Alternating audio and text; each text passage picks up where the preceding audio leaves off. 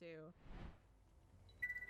I would say he's an online hero, but obviously he does really well in GSL and stuff too. So he's just like all around really good. I guess he's one of those players that doesn't have such a dramatic difference between their online and offline play. I was actually going to go ahead and look up how many medals GuMiHo has in the Olimoleague, since they keep track of it.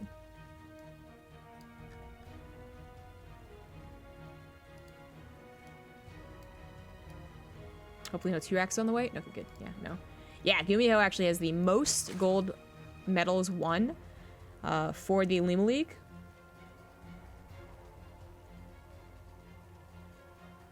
Oh, for the monthlies. Okay, so the monthlies is when they get invited. 8 players get invited. So he's up against like the cream of the crop, and he has the most medals won there. He's the second most medals won in the weeklies, only beaten out by 1 week by Bjorn, who used to like that. Like Olimoleague is when he came back into StarCraft. If you guys remember his hiatus, like kind of before Legacy of the Void. He just wasn't playing. It's not that he retired or announced his retirement or anything like that, like he did recently. Of course, now he's in the military and all that. But before Legacy of the Void, he just kind of like dropped off the face of the earth, and then he came back, and with serious like vengeance. He was one of the only guys that could do well against Zergs back when Ultras had like 8 armor, and Terrans were, you know, whining about Adepts and Ultras basically. And he was actually doing well, and it was kind of the if you guys were around for that period, you saw the, I guess, potential in him, and the, like, just how he kept on getting better and better and better, the momentum that he gained to eventually lead to his win at BlizzCon in 2016, right? Those are the days, weren't they? Those are the days. Hello. So, TLDR, GuMiHo's damn good in the Olimoleague, whether it's monthlies or weeklies, and he plays in almost every single one of them. Even if he has a GSL or something coming up, he still, like, I guess doesn't care, which is awfully funny because he is, you could argue that GuMiHo is one of the players that depends heavily on the surprise factor, but then when you really think about it, GuMiHo has so many different builds, so many different styles, and still has the execution up to a top-notch, you know, performance that I guess it kind of proves, like, with all the weeklies that he plays in and still does well in the offline tournaments, that he doesn't actually need the surprise or the preparation. Now, I say that as if he wins all the GSLs and whatnot, and obviously that's not the case, but yeah, he's just very, very overall, very good, very consistent, too. By the way, the next best for the weeklies, it's kind of an insane jump. GuMiHo's won 16 of the weeklies. The next, like, 3rd place here for weeklies is Zest at 9 medals. That's a big jump. I never really thought about how many Olimoleague Zest has won, but Zest is also up there. Always participating, always getting really high up. Anyways, that is about us enough time to talk about the actual nitty-grittiness of a TVZ. GuMiHo goes for the standard 1-1-1 of the Banshees with the Hellions. His wall is a little late, though, isn't it? Unless he stops building Hellions, which he is currently not building them, but... Okay, yeah, you can fit in 2 more. I guess that works out. Okay. I was like, that was so close looking like a supply block. I was really surprised. Hey, it is a supply block. Hey! I got him. I got you. Tinier than I expected. That's what she said. Nah. Quick cancel on an injured drone, I believe that was. The Hellions don't want to do something here. There's no speed links quite out yet. The number has just grown to a decent amount to take on Hellions. Overlord gets in here, easy peasy, sees everything that's going on, sees Stim started up, and I do believe that is real Stim. 3rd CC will be following the 2nd supply depot. Bailey Nest had a very easy defensive time. If this was going to be a Hellbat attack, which... If you're gonna get Stim like this, and no more Hellions past the 6, it's like, very unlikely to be Hellbats. Plus the command center being so perfectly timed. Like, yeah, it's just... If you know the build order quite well, and this is one of these stock standard build orders from Terran, you know it's not Hellbats. But I guess you don't need Hellbats to still give Zerg a tough time. The Banshee finds the... Okay. It's okay. Now, it finds the Banshee. It actually gets the Banshee kill. It was the high energy Banshee, or the Queen, but That did not go as well as GuMiHo was hoping for. His Hellions got surrounded by the Lings, so it was a little bit of tit for tat. Thought the Banshee had found a bit of a gold mine, but oh, you know how I said I thought that was gonna be real stim? It was not. He decides to cancel it and is actually gonna go into factories and Banshee speed. All right, this is gonna be a big surprise for Solar. It was a big surprise to me. I really thought that with the timing, with how long he was still researching into it, I was like, yeah, okay. But then he added on the gases. I think, I feel like this was still a bit of like, you know what, F it, like I'm gonna surprise the Zerg here. And not that it was his plan from the get-go, but absolutely could be wrong. He definitely is changing things up regardless, and Solar is going to be in the dark until he realizes that there's, hey, more Hellions. That's weird. Because it looks like he even saw the factory intended to be swapped off for more barracks before whatever it was died that was scouting that. I assume the Overlord.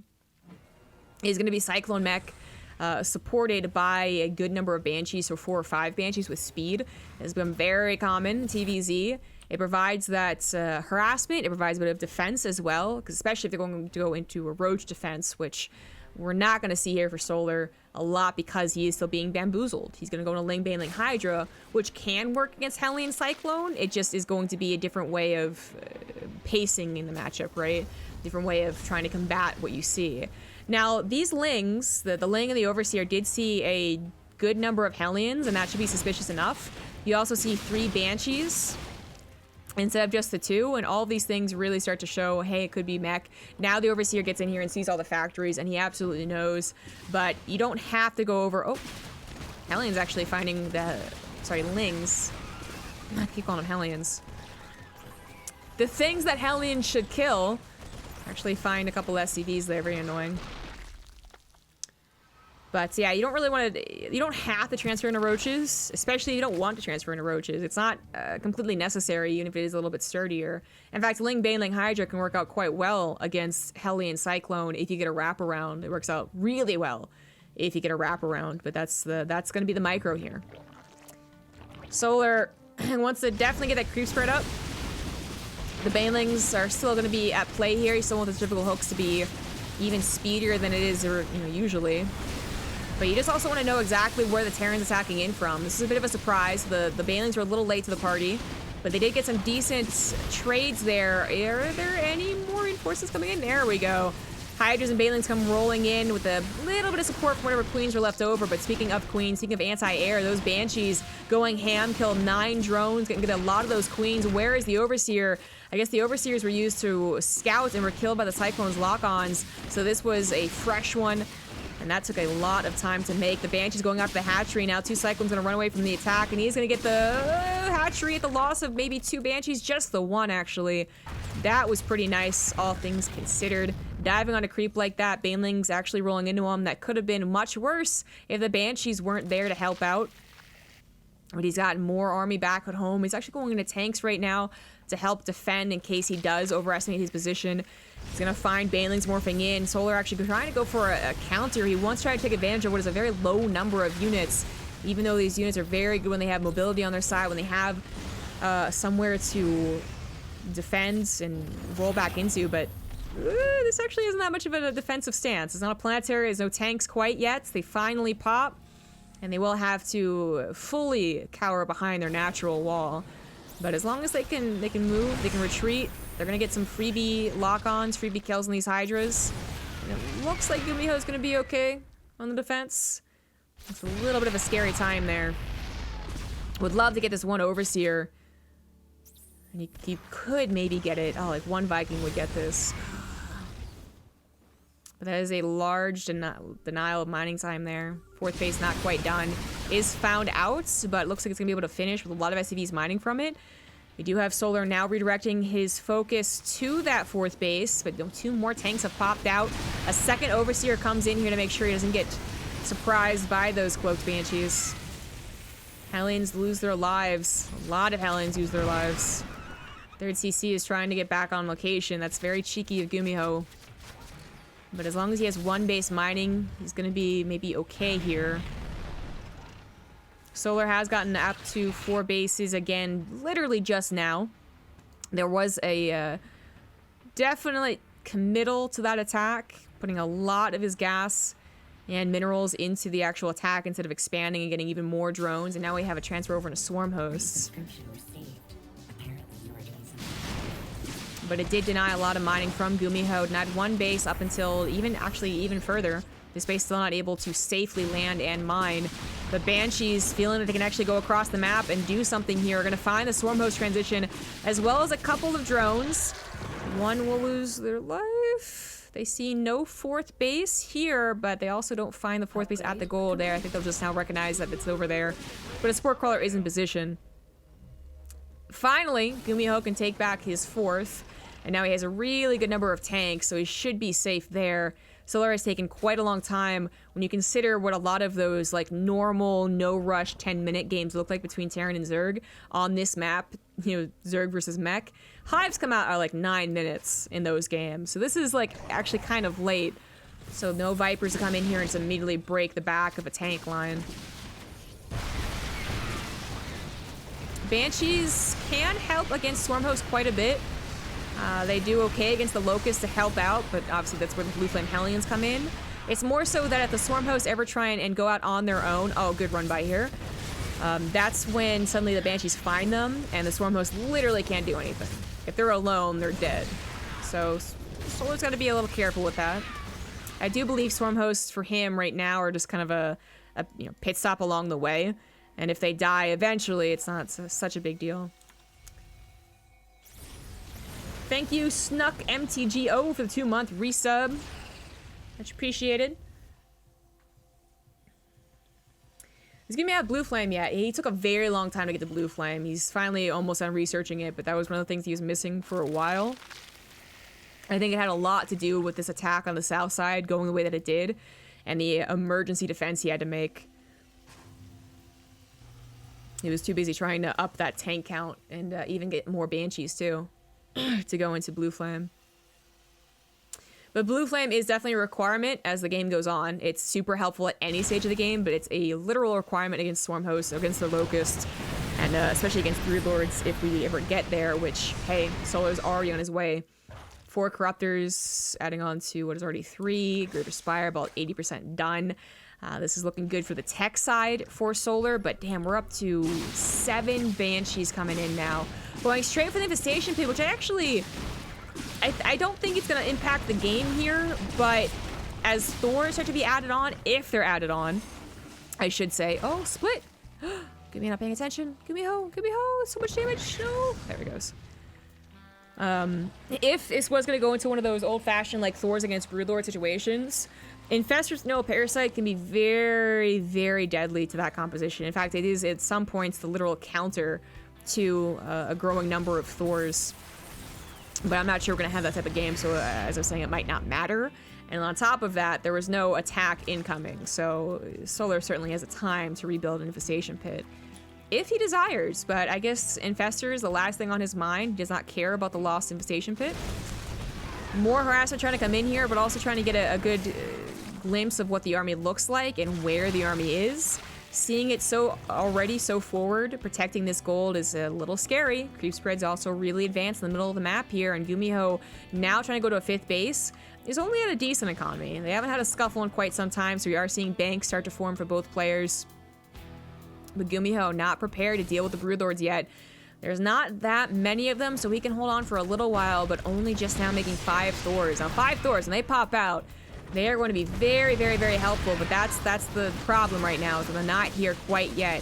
Banshees do manage to find a base without a Spore Crawler, but Corruptor's already on top of them. Overseer comes through here.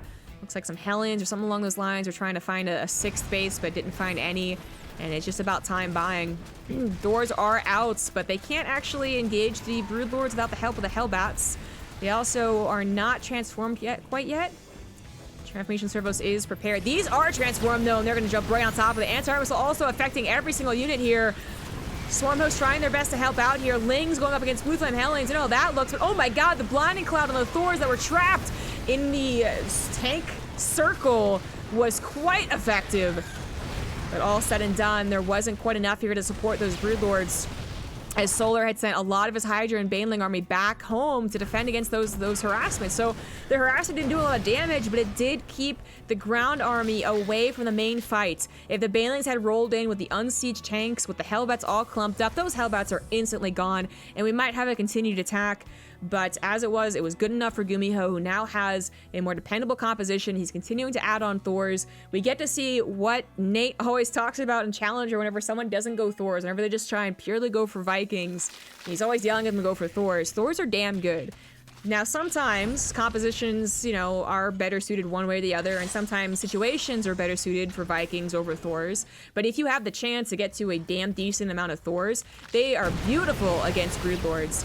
The Blinding Clouds do come through here, though, and there's nothing in front of those Thors. The Hellbat numbers were never rebuilt. In fact, no Hellions whatsoever on that production tab is actually a big mistake from GuMiHo. But it looks like all the Corruptors have died. The ground army with the explosive first wave looked so good, but as it all disappeared, the Thors still live, and they are just tearing apart the Broodlords with the help of the Vikings. Oh, Solar. Very much so overestimating that first attack, and I can hardly blame him. That looked so good. With the first roll-in, it looked like it was going to be so awkward for GuMiHo, but when like all the explosions were done with, all the Banelings were expended, there just was not a lot left over. I do still think his lack of Hellbats was a big problem, and they weren't even protecting those Thors. They were over here, but the Thors just didn't actually die. There weren't a lot of Hydra jumping on top of them. The Broodlords did target fire down one very quickly, but look how many are left over to the top side. This Concave also being super beneficial for GuMiHo. And then with this many Thors, yeah, that's easy pickings on those Broodlords. GG. G flippin' G.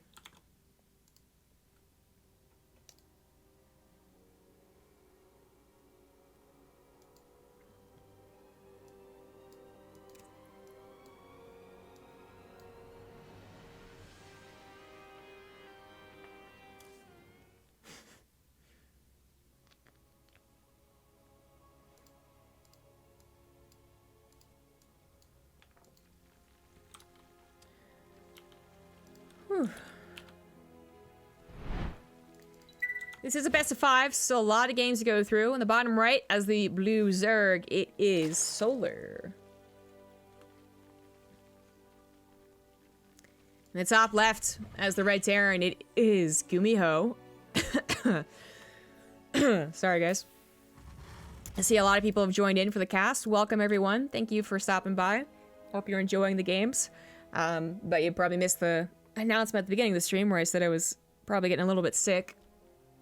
My throat feels very sore, so that's also why I'm purposefully not exclaiming, despite some really sick moments there. This Turax is already a little bit doomed here. I am seriously judging the placement of the barracks in this game. As much as a person of my skill level can judge a person of GuMiHo's skill level. The Overlord, the first Overlord of the Zerg, always goes directly across the map, and it's the easiest one to guess, because it literally is from point A to point, well, B-ish. And it almost was like GuMiHo planned on putting it right in the middle of the Overlord path, or I don't know. Very rarely, I want to say, do you have the first Overlord scout for the barracks. Sometimes you do, to be clear. Sometimes that first Overlord's so suspicious. I mean, Solar even went for a pull first here, guys. So suspicious of a Turax. Sometimes the first Overlord does go over to the left side. I'll give him that, but yeah, most of the time it's first, and then the second Overlord goes to where a common Turax location would be. But that's why I'm like throwing out just the idea that this might have been a little bit like, I don't care if he scouts it, because it is just a Turax, and you are baiting a drone response when it's seen this early. If this was not a pull first, the Lings aren't here, and there's a lot more drones, maybe lost mining, thinking to defend against the bunkers. But because this is mixed with a 15 pool, 16 pool, that's when I'm like, okay, this is actually just like a bad start. This like isn't ideal for GuMiHo. But he is going to try and change things up. We have had, I guess, an adaptation to the Turax where you follow up with a couple of Reapers. Some people even go immediately into a second gas and go like really ham on the Reapers, as we saw in Challenger. That's not exactly GuMiHo's plan, though. He did want to expand post-factory, I suppose, but... And a little bit awkward. Splatty Food is actually quite low, but not going to be broken. Only made the one Reaper for scouting, and then the Reapers, the Marines go back home alongside the barracks. So Solar takes care of that very easily and goes back into droning. And since he doesn't have to worry about a follow-up, he can just purely like think about his macro, get his third base up, drone, drone, drone. And then in due time, he'll have to worry about factory reactored Hellions, but even that, even the whole reactor part of that statement is going to take a little while. Reactor is definitely the worst of the two add-ons when it comes to production time.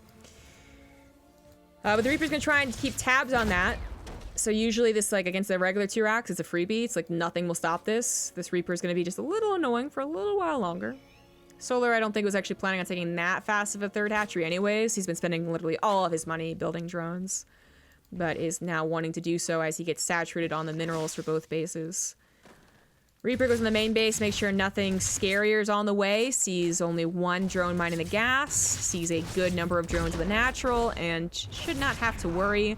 So I guess in the same vein that Solar doesn't have to worry for the next, like, 2 minutes or whatever it was for his economy, GuMiHo also now does not have to worry for the next 2 minutes for his economy. So he's trying to get to a third CC, and that is a misclick. That is definitely a misclick. Hey, Diesel.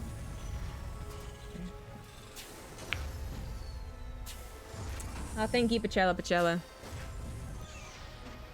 I'm hoping it's just like a very, like, minor thing, but I felt like absolute shit today, to be honest. Like, I slept in, which isn't abnormal, but then I went downstairs, made myself some lunch in my pajamas, and then, like, watched TV, and I was just like, I don't actually feel like staying awake, and I went back to sleep. So that's why I'm like, okay, that plus the whole sore throat thing, a little bit of a headache, you know what? I'm probably getting sick. But, you know, all things considered, after traveling for 3 weeks straight with only a week before that as a break, and I was traveling before that, all the traveling I've been doing, I'll take this as a win, all right? I'm that Hulk meme. I see this as an absolute win, guys. There's a dominance scan. I don't even need the energy. If it was like a Nidus worm and the Zerg heard it, then I would agree, but the Zerg doesn't even know that he did it. So the Overlord dies, but actually as it sees the third CC, so that's about as good of a scout as you would really expect. Would have loved to have seen the additional barracks and the confirmation of bio over mech, but we'll have to wait a little while longer for that. Roach it was already determined about a minute ago. This could have been just a... I don't know if he went for a third CC or not, Roach Warren, and they didn't actually use the Roaches, but as we see Roach Speed on the way, he does know it was a third CC. This is probably going to be, I'm going to guess, a 1-1 Roach all-in. That is still quite popular whenever you see Roaches. It's still, I want to say, like 50% or more of the games with Roaches, just because they don't have a lot of viability post that attack, even with the best Roach users. Now, I'm saying this as an extremely biased anti-Roach player. I think when I'm up against it as a Terran, I find it a lot easier. I think when I watch it in pro games, it's a lot easier. It becomes much more of a numbers thing where you're like, wow, I definitely beat those Roaches, especially if I get to 2-2 upgrades. Whereas Banelings can always do something like wrap around, get a good surround, abuse, good creep spread, so on and so forth. It's obviously not as simple as that, and there are really good games that go past the 1-1 with Roaches against Terran, but it's the feeling I always get. And it does often do pretty well, so it's not like it's a bad attack. It's not like I'm seeing Solar is setting himself up for failure here. Actually, I think it'd be quite good. GuMiHo, despite not having to worry about his economy for a little while, was not doing anything to Solar, so he knows Solar got to a pretty prime economy pretty quickly, and has also not been doing any denial of the creep spread until literally just now. So he sees the Roaches, and even if he's not sure it's all in, he should have that on his mind. You still have to play the tricky game of I need my third, but I also don't want to die because I take my third. where you want to be cautious about it, but you need it, and you even need at a time you need the 5th gas at the very least, if not literally both gases, because you're going up to 2 factories. But that's something that the Zerg player absolutely will try and take advantage of. They'll try and get a concave, they'll try and outrange whatever tanks you have in clever positioning. Very unlikely they break 2 base, but definitely likely they break a 3rd base. But GuMiHo knows that, and he's just gonna try and hold, as is. Sometimes you see bunkers thrown down, but GuMiHo not doing that. He does have 2 medevacs, both scouting and tripping up solar here, so 2 medevacs still a part of the army, but no, 16 Marines means he has everything, almost everything on the side of his map. But speaking of GuMiHo's side of the map, he had no idea the army was here. Did he just... No. Okay, yeah, alright. Yeah, that's over. It's game. Oh, no, did he? No. So I was wondering if maybe, like, GuMiHo had, like, 1,000 IQ and I just trapped the Roaches and Ravagers in a contain, but that absolutely was not the case. He just was totally unprepared. Had no idea the army was there, and it was before 1-1 finished. The tank was in siege. I mean, that was a disaster as far as a hold goes. Could have been a hold if you bought more time and had 2 tanks siege, but even then, the follow-up of that 1-1 Roach lane against proxy Raxers is also extremely deadly. Deadly? Oh god, oh no. Gone off the deep end, guys. It's extremely deadly. The tank count is often not that high, which I can't really explain. I feel like... I guess it's because the urgency to get to medevacs to apply pressure overtakes the very fast factory, and the also wants of catching up on economy overtakes, again, like faster tanks. So we often see only like 2 or 3 tanks against that attack after a T-Rex. And then, yeah, just, a really strong anti-timing from the Zerg. Seems to happen a lot lately. Thank you, RBV Shard, for the 20 months. Daddy, like the zombies hungering for your brains. They're a little daddy. Maybe they just have daddy issues. I'm a little proud of that one. Thank you for the resub.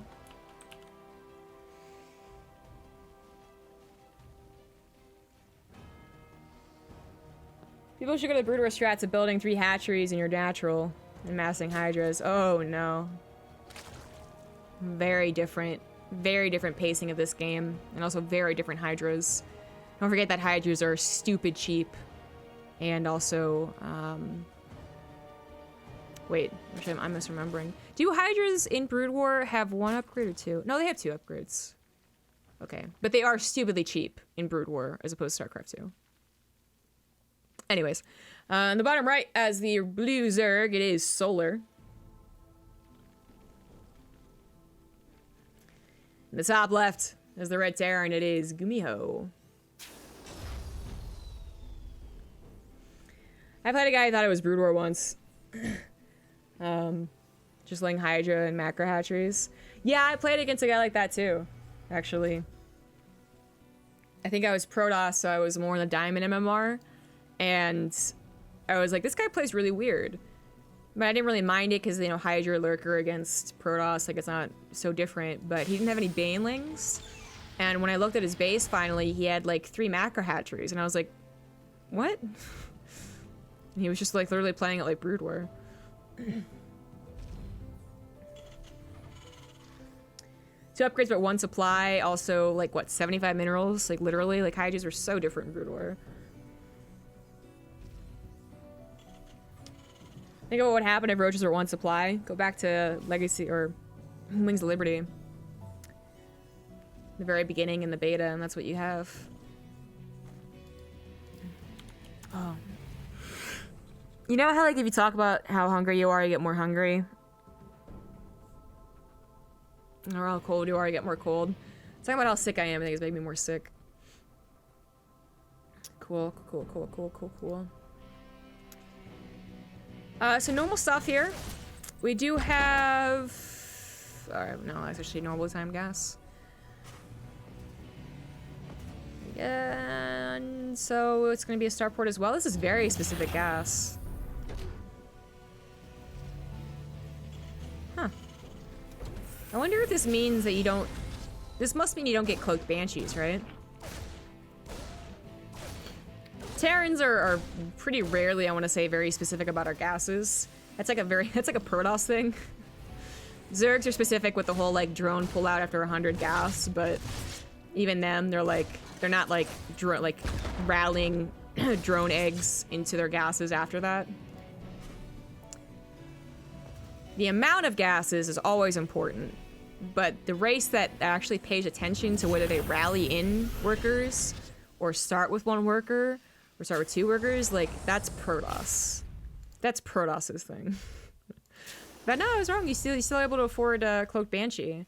But it does, I mean, you can't immediately go into, you have to wait quite a while for stim. Or maybe this actually is just the way you should be doing it, and I'm a scrub. I'm trying to think of how many times I've had a lot of excess gas and as to Terran, and if you guys watch my stream, it's literally always. But, okay. Hellions being very bold, but this is something you can absolutely do against Zergs. It's around literally this time that they would start to add on Lings versus Hellions. Otherwise, they want their Queens to be scary, and they want the Terrans to be waiting for 6 Hellions. So dip in, dip out, saves every single unit, gets 5 drones. Unfortunately, with all the micro, lets a Ling in, which sees a tech lab on the barracks, researching that stim. And with the factory swapping off, I will once again say this is actual stim, but I was wrong in that first game. Still holding to GuMiHo actually changing his mind more than I was wrong though, but whatever. Definitely gonna be for bio. With third CC, so no strong 2-base all in. And the Banshee has yet to show itself, but Solar knows about it. As Sport Color's building. Poor little lone drone. Lives a lonely life mining and then dies a horrible, horrible death.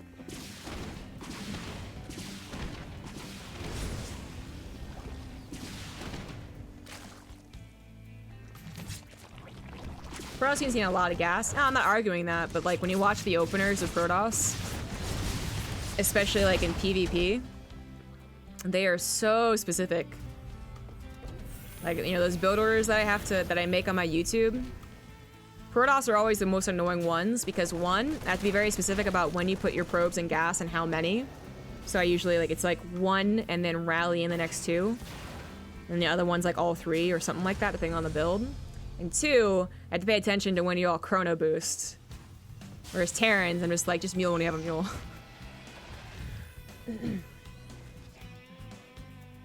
That's what I was comparing between the races.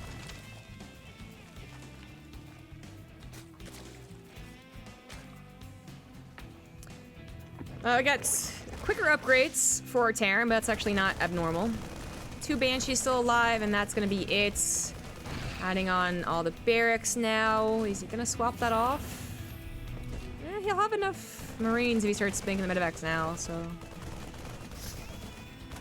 No? Looks like he's gonna swap it off. Tech Lab being on the factory this entire time, but no tank quite built. Oh, no, I already built one. Alright. So he did not swap that off, and now the medevacs are on the way. They said he was gonna have 16 Marines. He could start the attack, he could start the drop, which you always want to do. You always want to get a drop out there as Terran players. But even when it's not a whole lot, even if you don't think it's gonna do very much. And this one will be around that 7 minutes, 7:30 minutes when it comes to the third CC. And not particularly fast medevac drops. There is a, well actually, TY has a third CC build that basically goes up into a 2-1-1 after a third CC. And it hits at like 6 minutes instead of 5. I thought that would actually become a growing trend as a build, but it really hasn't. Anyways, normal third CC build, 7:30. You could send out 2 tanks with a push with this too, but this is just the drop. Banshees go over to find the 4th base, but an Overseer is trailing those Queens, so they're not gonna get any freebie there. Supply depot wall on this side is actually really quite useful. All of us should really be doing this. And the medevac drop will find a somewhat weak third base. Banelings are about to finish up, though, and actually 2 are done. There we go. And they will go ahead and shoot that away. But good denial of the creep spread. And the queens were over here busy with the banshees, so they weren't immediately replacing that down. Fully saturated third base soon to come, focusing entirely on what is now following up with the 2 tanks. He should have those Hellions also be brought to the front line to turn the Hellbats. Gonna get whatever banelings he can, if he can. Not gonna happen, but being able to retreat into those tanks, into his reinforcements. Here come the Hellions as well. This is gonna be a very scary attack because the creep spread was denied so hardcore. Lings are trying to come in from behind. Actually, I think they were trying to go for a run by, but the wall off here has really screwed up Solar's AI. Banshee's coming in to seek out any amount of banelings. Oh, quick pickup. Very abusive position if you can find it, especially if you can deny creep spread here. Baneling's gonna go for the crack in the wall, and they're gonna find it, but is this gonna be worth it? Maybe. The supply depot is not gonna be lifted because GuMiHo is paying attention entirely on this side. Banelings crash into the Hellbats, but that is preferable. Only a few banelings left, actually about 8. That's not too bad, but Lings focusing on the supply depots initially mean that they weren't taking out the Marines one by one. And as such, GuMiHo might have a shot in actually defending against that run by. As SCVs are pulled, he absolutely does clean that up at a huge loss of supply depots, to be fair. And he did not get replacing those very, very quickly. He's only just now replacing 1, so that's a pretty bad sign. His Marine count has really gone down here. Multiple banelings have gotten somewhat good connections, but it looks like now all the banelings have finally been expended. The third base does in fact go down. 2 tanks still alive as well, and Solar just simply taps out, realizing the snowball was a little too good. And GuMiHo with a very strong tank attack on that base. So hard to defend against for the Zerg. When they don't have that creep spread, and when they don't have that overwhelming amount of units just to like go ahead and nip it in the bud.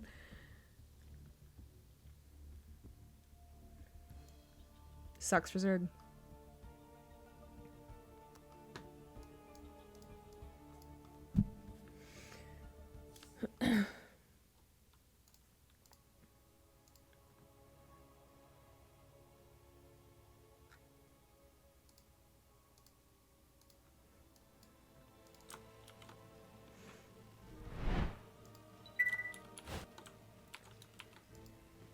Now onto Port Alexander in the bottom right, up 2-1. It is GuMiHo.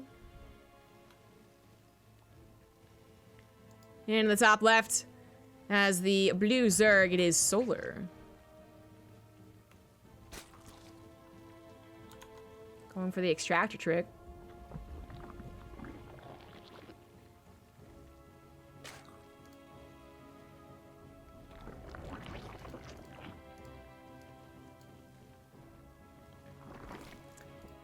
At least in StarCraft 2, gas isn't infinite. Yeah, something that a lot of people don't know. Oh, he wasn't going for the extractor trick. Ooh. In that Brood War, your gases get depleted, but you can still mine literally 1 gas per trip. The gas... Like, gases in StarCraft 2 versus Brood War, I think was actually one of the first problem points that the Brood War people had with StarCraft 2. I forget what the arguments were, but I think if you looked up, like, old Team Liquid threads, you would see a lot of people, like, pointing out the gas differences between having 2 and 1 and whatever. I think one of the benefits that Blizzard wanted from having 2 gases over just 1 at every base was that they thought it would add strategic depth. And I don't think they're wrong about that, but anyways. So this wasn't what I thought it was going to be. The second gas ended up being an extract trick. So that was a bit of a surprise. I thought it was going to be the roaches, but nope. It is a very fast speed attack. So this can be brutal. This is definitely supposed to kill the natural. In a worst case scenario, it also kills the Terran player because they don't have a wall quite yet, because they think, oh, it's just the 6 lings. It's not such a big deal. If they even see the 6 lings, like, Solar doesn't have to show them. He could show 2, he could show all 6, he could show none, and just wait for speed to finish, because there's no SCV going across the map to scout. There's no reason to even show that he's doing something sneaky. It's gonna be brutal. The speed should always finish for the command center, although if you do wait for speed straight up and don't deal anything to the SCV, it gets a little suspicious. There we go. It's a little close. But the Lings show themselves, and the Reaper's thinking, great, I found this. I wasn't completely surprised by it. Actually sees...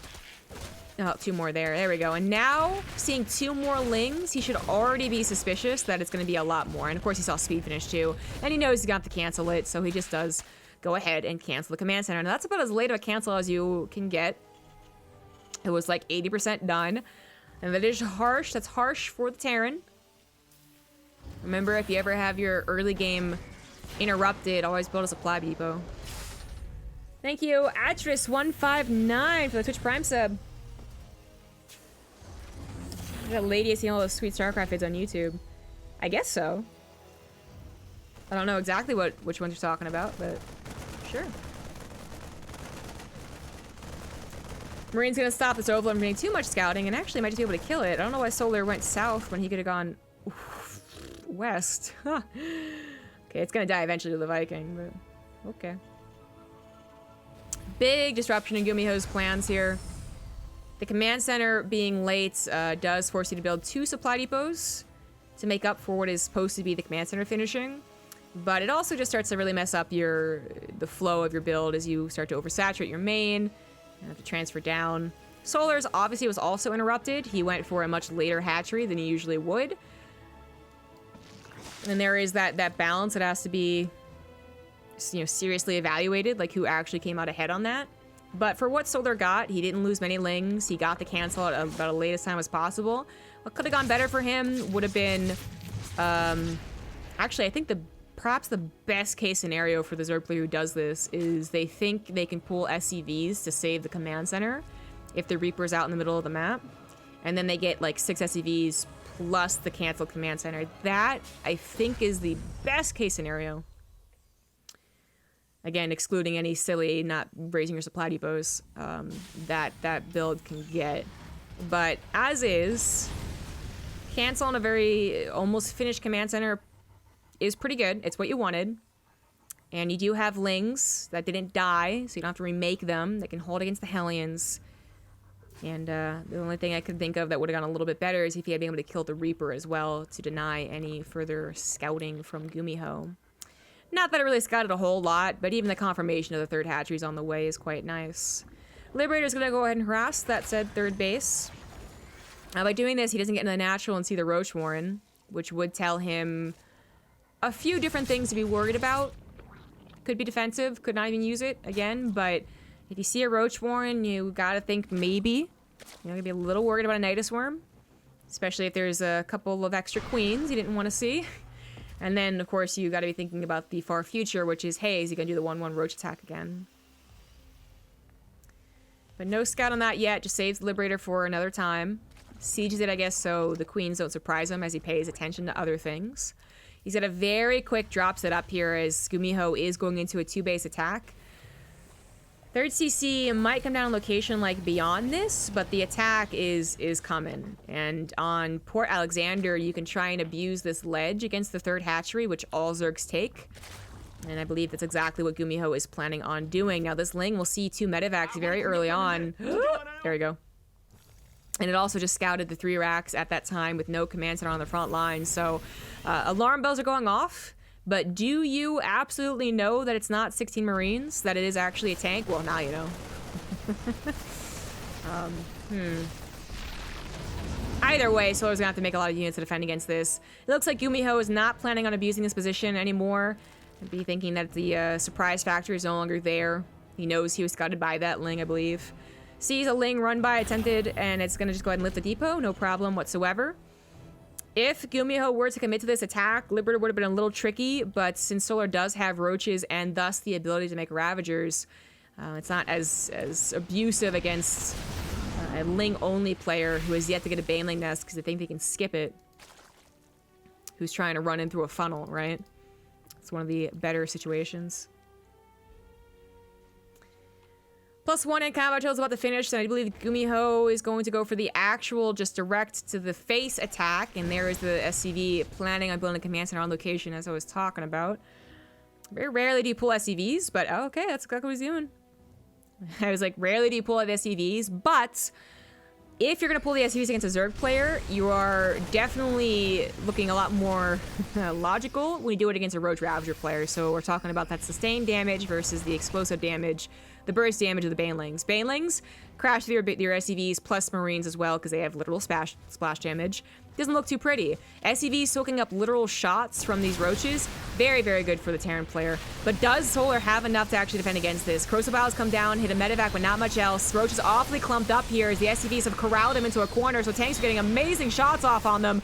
But the tanks are no longer shooting the heart of the Roaches, and the Marines are getting awfully low in that health. Medevac's trying their best to hold here. A lot of drones get pulled into this and also lose their lives, but Solar would still be winning out on the economy if he can hold, and I think he will hold. Also, a really beautiful Corrosive Bile right there takes down like 6 Marines, and that is going to be that. Really close battle there, but Solar with 43 workers and 50 army supply to GuMiHo's 27 and 32. Also about to finish up his upgrades. It's looking like it's going to be fine for Solar. GuMiHo's forced to just pick up and evacuate. Think of another way to defend, or to rather to attack into this. Defending is not on his mind whatsoever.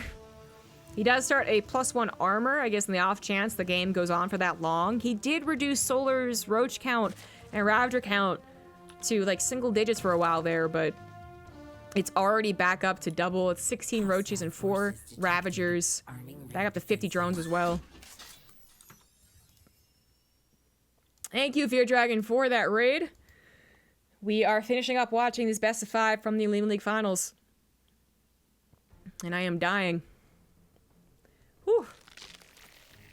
I think Solar has got this. GuMiHo is starting to run out of ideas. Gonna go for a desperate attack on the main base, but what you're doing when you drop in the Zerg's main base, you're putting yourself on a creep.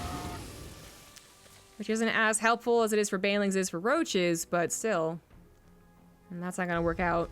Overseer gets in here to make sure there's no attempted plan to expand from this. Even gets a, whatchamacallit? Contamination, there we go. Thank you, Rajendra Das. Probably nailed that pronunciation. The Twitch Prime sub. GuMiHo not ready to give up yet. I mean, if he could get a really abusive position, then maybe, but we're back up to like 8 Ravagers, so as long as the Ravagers could get any shots off on any tank positioning, it's not really that abusive. Oh. The tricky thing about Liberators and tanks is what do you Corrosive Bile, but as cool as this could have been, Solar was close enough to pounce on top of this, and that is going to be game. GG. Fear Dragon told me you're an awesome Rocket League player. I've literally never played Rocket League. So, I guess in a way that means I could be awesome. I wouldn't know.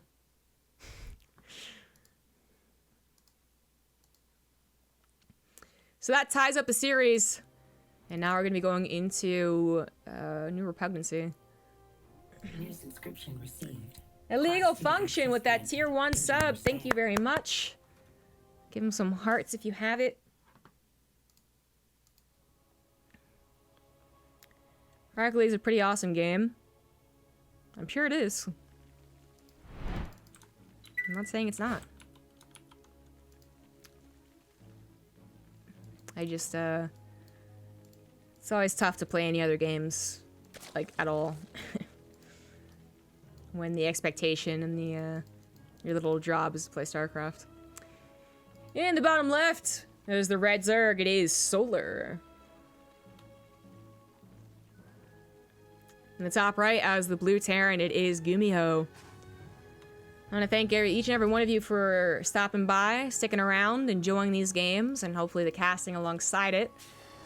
This will be my last cast of the night, so it'll be a early stream, but my throat is not doing so well.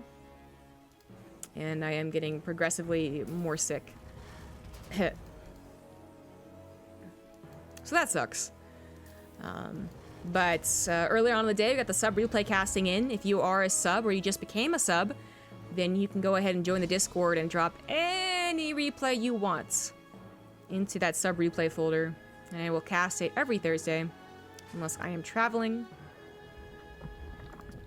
And then after that's all said and done, I go into some Olimoleague replays. And I earlier cast Innovation versus Creator. Cast some Creator versus Classic. Bunch of stuff. Alright, gonna cast some games from home tomorrow. I assume you mean, am I casting any of the WCS Spring games tomorrow? And the answer to that is no.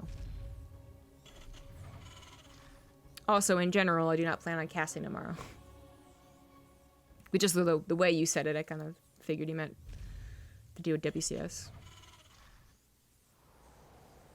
I'm not even sure I'll be streaming tomorrow. WCS will be on at, what, like 11 p.m. my time? Or 11 a.m., rather. And you all should be watching that. This Reaper is basically exactly looking for what Solia did to him last game, which is all those links hidden. Yeah, I meant that. Now, I'm actually not sure who, if anyone, is casting the B and C streams.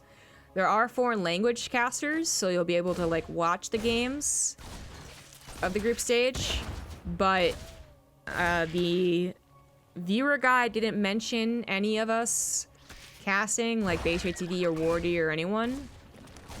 And a little behind the scenes knowledge is that I think the whole BC stream thing was a little miscommunicated. So I'm not expecting any, but I could be wrong. Rifkin might be doing it, you'd have to ask him.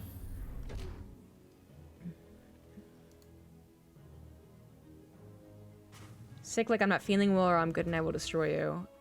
Well, I think context could have helped you out on that one. I am looking forward to just watching the games. You know, as much as I want to be at every event possible, and that would be awesome, whenever I'm not at an event, it is nice to just be able to sit back and watch StarCraft like a fan.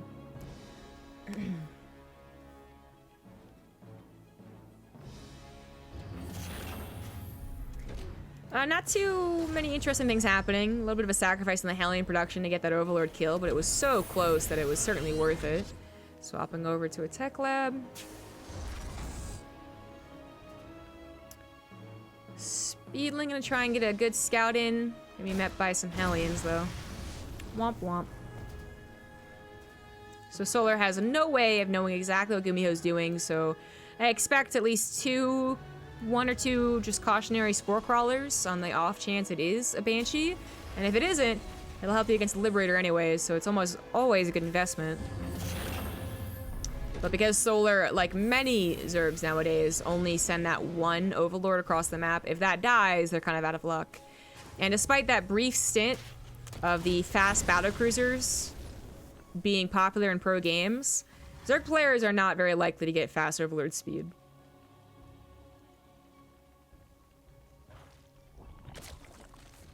When are you going to give up that part of a deception called I Have a Life? Follow your true destiny. Take your vows, voting every breath you take to streaming. Not gonna lie, you had me in the first half. I thought you were gonna be like a troll. And then it turned out okay. I don't know, I'm just gonna keep living a lie, I guess. I'm European, so the word context is foreign to me. I cannot tell if you legitimately mean the word context is something you don't understand, or this is a joke about how all Europeans don't understand context. I'm not sure. Okay, so we have Overseer on the way. As I said, Spore Crawlers are made. In fact, he just went ahead and made all three. And I was getting 2 Overseers as the Banshee comes across the map. Actually, just waiting for both of them to tag team up here. GuMiHo, again, going to go into bio. We saw 1 mech game from him today. Just the first game, I think. Reaper gets an advanced scout, seeing how many Lings are prepared, I guess, how many Queens, and sees a lot, so the Hellions don't really have any excuse to dip in. By the way, game only went to 4 Hellions, so just sacrificing 2 extra, and that's totally fine. You don't need it, you don't need it. You get a bit faster of the, not necessarily the 3rd command center. I think that comes down roughly the same, but the extra barracks come down faster. Overseer is a quick deny, but it already saw the 3rd CC. It sees that it's bio. That's what it was looking for. It's all Gucci. Second engineering base actually in the natural. That's a little weird. I think this is just like he slapped it down wherever he could. But there is like that 5% chance that an overlord only sees one engineering bay and misses the third CC, and it's like, oh my god, he's two base only me. Not the case. Banshees tried their best to get some drone damage, but now just kind of on that anti-fourth base duty. But the fourth base is actually up here, so they aren't doing very much. Might be better off just going in the middle and trying to deny that creep spread. Solar always has like an amazing creep spread line down the middle, and then is a little lackluster. I'm going to be critical here on the outer edges. And it makes sense that one line is better than the others for creep spread, but it seems like Solar is like especially like, you know, one path minded when it comes to his creep spread.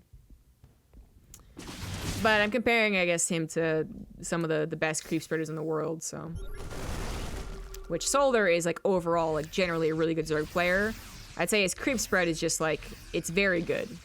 But you talk about like creep spread and everyone's mind goes to Scarlet, so.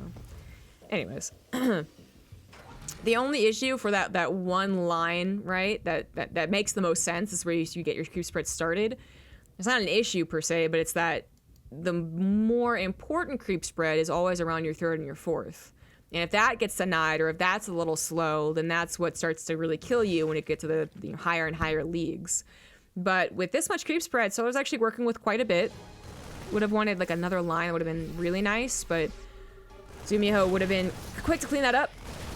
Trying to abuse this bit of a hallway here with another 2 tank push. Hellbats again left behind, but now like fully left behind. Comparing this to the Kairos Junction game, they definitely should be on the front lines. We have a Banshee going in to deny any 5th base, I guess. Hellbats do come in here, and hey, they end up soaking up the Banelings they would have on the front lines anyways, so it's all the same, I guess. Binance GuMiHo getting 2 base, 2-2, a 4th base, and a 2nd factory. So more to come, but I don't know about rallying into this attack. He's gonna try and find some snipes on Banelings over to the bottom side, or at least, at the very least, distract what could have been a surround potential. And Solar is getting a little distracted as he loses Lings unnecessarily, but here comes the surround I was talking about. 2 tanks, only 2 tanks. Marine's not quite unloaded, but he hasn't set it up yet. Here we come. There it goes now. Tanks have to focus fire in 2 different directions, but actually a little lopsided. Of course, one side of the attack was coming in off of creep, but get some decent connections on those Marines. They can't exactly retreat back into the oncoming wave of Zerg over here, right? So that does end up being a successful hold. And as Solar successfully holds against that, he immediately slaps down the Infestation Pit. Generally what we're going to be seeing, either the Terran doesn't really do any attacks and is kind of just like dropping everywhere, so you don't let Infestation Pit at a certain time, or you're dealing with an attack, and once you've dealt with that, then boom, go into that Hive Tech. GuMiHo going into a 4th base and already almost done with that is going to be willing to play that later stage of TVZ, but still has a lot of room to maneuver to work with when it comes to just Marine tank right now. Starting to add in that Marauder count to help with the Baneling soakage. Put those on the front lines, get up a lot more creep spread. And as he adds on 3 more barracks, those all should be tech labs. 2-2 finishes for both players around the exact same time. +1 vehicle is on the way. He might change over to like ship weapons or armor or something like that afterwards. Drops being set up, probably plural, so this one doesn't do too much, but this one kind of weird. Maybe didn't have to bring 2 medevacs. But creep spread denial is the name of the game until you're maxed out. Then you want to go ahead and get a look as to what the Zerg player is doing in terms of that tier 3 tech. Are they going into ultras? Are they trying to go right up in that hive? And Greater Spire, rather. That's exactly what Solar's trying to do. And GuMiHo would want to see that. Now, Greater Spire takes just a little bit more time than Ultras. So for Ultras, you have to wait for the Ultras Cavern and the Chitinous Plating and the Ultras, but kind of alongside the Chitinous Plating, right?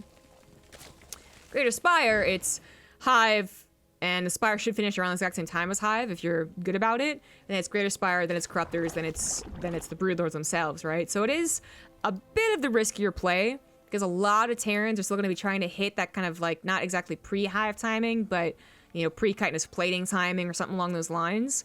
So you can have a tough time holding against those maxed out pushes with 2-2, going on 3-3 actually, as you try and wait for those Broodlords, but if you can get there, then the Terrans are often not immediately reacting to starports, right? They're thinking almost entirely about the Ling Baneling Hydra they're up against, and maybe Ultras. We'll see if GuMiHo ever gets a scan on that main base, but he is focusing on the attack. He's been trying to clear up creep spread. It hasn't really worked, to be honest. Bottom side's been going pretty well. Top side's been going pretty well. Not a lot of drones getting killed either. So far, very good with the defense. And while this creep spread has been cleaned up a lot, it's also one of the more awkward positions to push into. You're getting a concave, a surround potential to the Zerg. And you're not actually hitting any of these hatcheries quite yet. So you have GuMiHo very, very spread out. Which, I mean, it's a give and take, right? In the same vein that, like, Solar could get a concave, GuMiHo will also get a concave and a lot of room to retreat off of creep. But should a really good surround come in, or a run-by mess GuMiHo up and force him to decide how he wants to split against that, that's when being in this position and thinking you have, you know, being a little too cocky, a little too confident can actually hurt you. But the run-by is a little awkward through the main and the natural. It does wonders at the third base, just instantly KOs all of those SCVs and does, in fact, get into the natural. These are cracklings we're talking about here. Not quite on that +3 attack upgrade, but with Junior Glance. So 28 ACVs go down very, very quickly. Wasn't the sacrifice of Solar's 5th, but he has a replacement 5th on the way, and he still has his entire army. About to lose a Viper, though. That sucks. Lings are finally cleaned up, but damn, they did a lot of damage. They also got a decent amount of reinforcements, I believe, so it was a lot of mess that GuMiHo had to deal with there. He will be able to replace his workers pretty quickly since he's on 6 command centers. Now up to 5 Liberates at a time as well. Still producing tanks, by the way, so he did bother going into that +2 vehicle attack. He never really added on as many Marauders as I thought, despite having 3 tech labs like usual. In fact, just missed rallying too because of that run-by. He now knows his Broodlords. I think he saw the Corruptors. Or just by the timing of still no Ultras, so he's starting to build Vikings. He does have extra starport production. He has the ability to react to this. And with these 6 bases, he does have, and you know, by the way, that's 6 command centers and what, 4 orbitals? 5 orbitals? Ooh, that is a... He only went back up to 52 workers, but with all the mules he's been dropping, that's totally fine. So his army supply is naturally higher. So that 28 extra supply... Okay, something just died. Okay, whatever. With that 28 extra army supply, that is like the Vikings he otherwise wouldn't have. That could be a very, very big difference. Now, what do the Broodlords do, like, really well? They kind of take the tanks out of the equation. It's going to be a micro battle between sieging them when the actual attack comes in, Lings, Banelings, and everything and all that, and not having them splash on your own army against the Broodlings, right? So you usually see tanks get phased out if you're going up against Broodlords. But usually in that tier 3 hive tech, we also have Vipers, but the second Viper he got was killed, and he's down to just 1 Viper, that's it. So choice between Blinding Cloud or Parasitic Bomb before it dies, probably. And the tanks are going to be spread out here. But does he have enough Vikings to take on the Broodlords? That's a trick right now, because he can't run the Marines in. They jump on top of them, that'd be a catastrophe. Parasitic Bombs using the Vikings, and oh my god, Solar's running into a wall of tanks with his Banelings. Is that really the best way to go? He does take out most of the tanks, and the Broodlords are still alive, but the Banelings are being actually rolling through into so many Marines. Single file like that, they're all getting destroyed before they can connect. The Vikings are still alive as well, despite that Parasitic Bomb. 8 Vikings to 7 Broodlords, 15 Hydras to try and protect them. That was, oh man, that was such a... I guess it ended up working out. For the amount of tanks he splashed with his Banelings, because they were all clumped up, I guess it was worth it. And Solar has a huge bank that he just instantly remaxed too. But oof. Initially, I thought that was going to be a terrible idea.